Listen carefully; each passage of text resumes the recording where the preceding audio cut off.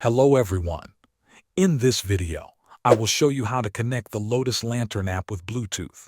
First, make sure your LED lights are plugged in and turned on. Now take your phone and unlock it. Look for the Lotus Lantern app on your screen and open it. Wait a few seconds for the app to fully load.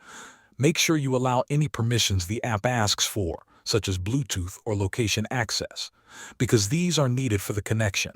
Next, leave the app open and go to your phone settings. In the settings menu, find Bluetooth and turn it on. Wait until Bluetooth is fully enabled. Then go back to the Lotus Lantern app. Now, look at the top left corner of the app screen. You will see 3 lines. Tap on these 3 lines to open the menu. Inside this menu, you will see an option that shows your device or devices. Tap on the device name that appears there. The app will start searching for your lights.